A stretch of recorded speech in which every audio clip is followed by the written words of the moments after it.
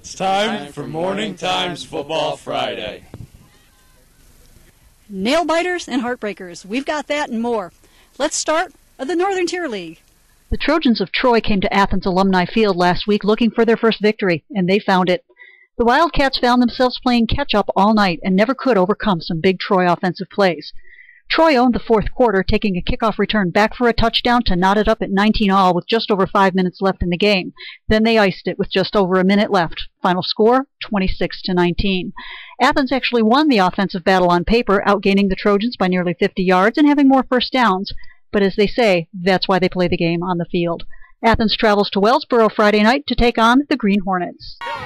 The Redskins started a stretch on the road Saturday afternoon when they visited the Canton Warriors. The Redskins had a nice first quarter. They held the Warriors to no first downs, and they struck first. Brad Felt goes 13 yards for the score. Redskins up 6-0 early. Wouldn't last long, though. The Warriors regained their composure, and by the half, they were up 27-6. Sayre would end up with 267 yards total in the game, 188 of them airmailed via the arm of Dominic Volante. He hit Taylor Skirpon 4 times. Skirpon had 120 yards receiving, but it wouldn't be enough. The Redskins fall to the Warriors by a score of 51-27. Sayre's on the road again Friday night to take on the Mounties of South Williamsport. The Tioga Tigers hosted the Spartans of Thomas A. Edison last Friday. Tigers are looking to keep on being undefeated. They go up 12-0 in the first quarter on touchdowns by Dave Ulrich and Matt Stahl. Here's Cody Bennett on a keeper. For a little while, though, it looked like maybe Tioga was looking ahead to the Candor game this week. In the second period, in goes Spartans quarterback Alex Roppers. He takes it in, makes the score 12-7.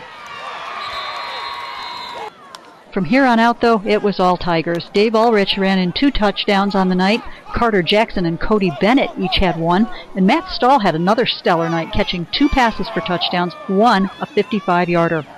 Friday night, the Candor Indians come to town in a battle of the undefeateds, each team looking to spoil the other's shot at claiming the Division VIII crown. This is a game you're not going to want to miss. Waverly Wolverines still looking for win number 1 coming into week 3. Newark Valley Cardinals are in town. The Wolverines are up 21-8 at the half, but by early fourth quarter, Newark Valley has lit it up and is ahead 22-21. It almost gets worse here. Troy Sheese almost picks one off intended for Nick Sensabaugh. With just under 4 minutes left to play in the game, the Waverly D gets a huge stop at 4th and 1, and in comes Zach Cooney at quarterback. He drives the offense to the 3 and punches it in on the keeper. Score stands 27-22 Wolverines.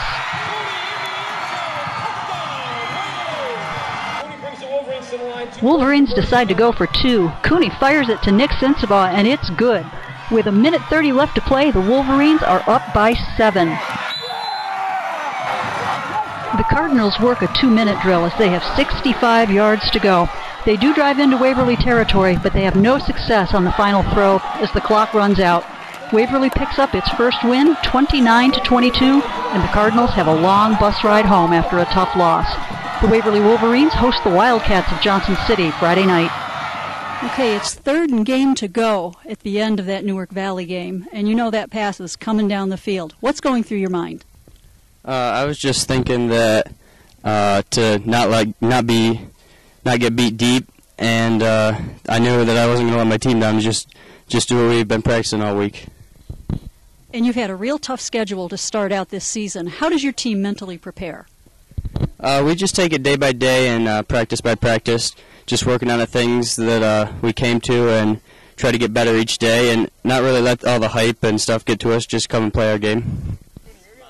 Hey, that does it for this week's show. Be sure to join us back here next week for more local highlights, spotlights, scores, and more on Morning Times Football Friday.